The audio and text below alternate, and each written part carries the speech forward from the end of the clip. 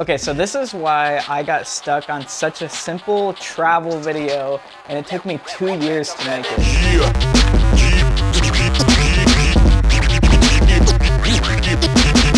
So I love making travel videos. It's one of my favorite things to do, and I used to do it pretty often before COVID. I do a lot of client work and stuff, and so travel videos was kind of like my way of expressing myself, doing new editing techniques, try out new stuff, and have some beautiful scenery to go with the crazy editing, right?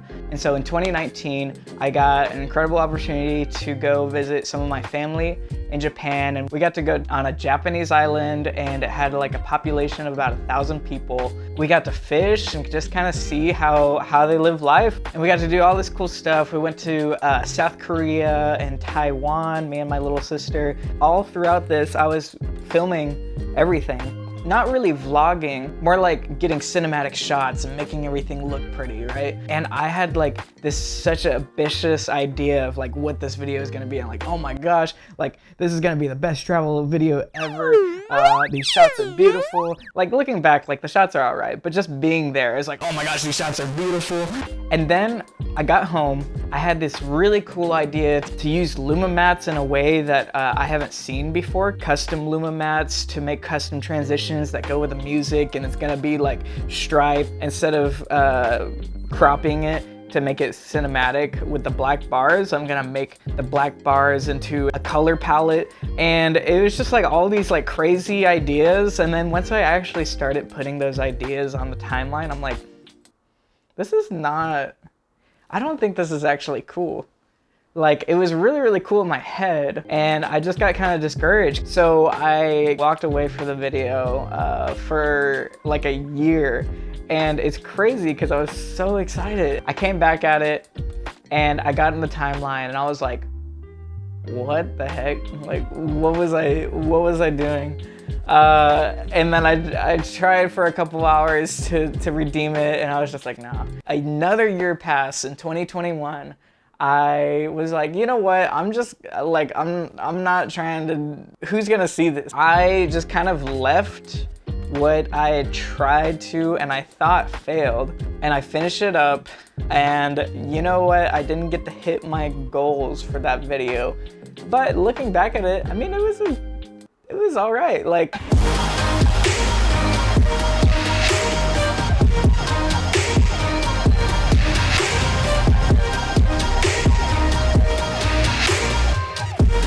so everybody knows that saying, like, you are your own worst critic, but it's can lead to some very like detrimental results if you let your critical self get to you. And you don't even realize like how good some of the stuff you're making is. What I've learned is that it's okay to put something out that is not 110 times better than what you previously put out. And putting out something that you're at least somewhat proud of is way better than putting out nothing at all, especially in a creator economy that values quantity over quality a lot of times, unfortunately. Also for client work, if you're working with clients, like they're paying for your creativity, and they're not really paying to see your best work that you've ever done, although that would be great, but you can't expect each project to be the best you've ever done.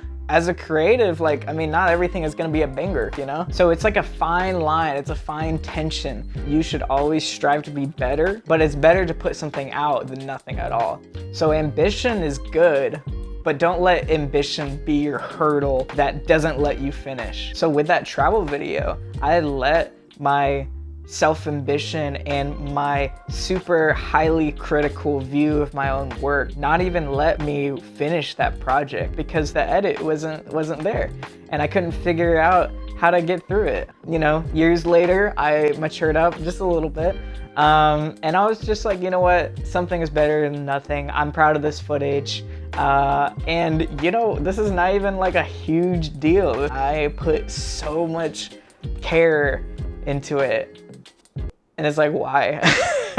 you know, like starting this YouTube account. This is my attempt to make things casual and just share some of my creative process and my creative struggles, and hopefully somebody can relate. I have so many more stories of mistakes that I've made in the creative field, and taking on client projects and procrastination and mental health and all that stuff. I have a lot of things that I want to talk about, and I hope you stick with me. If you want to watch the full video of the travel video that I'm talking about, that I'm like mid-tier proud of, link is in the description. Unlist it because, you know, it's all right.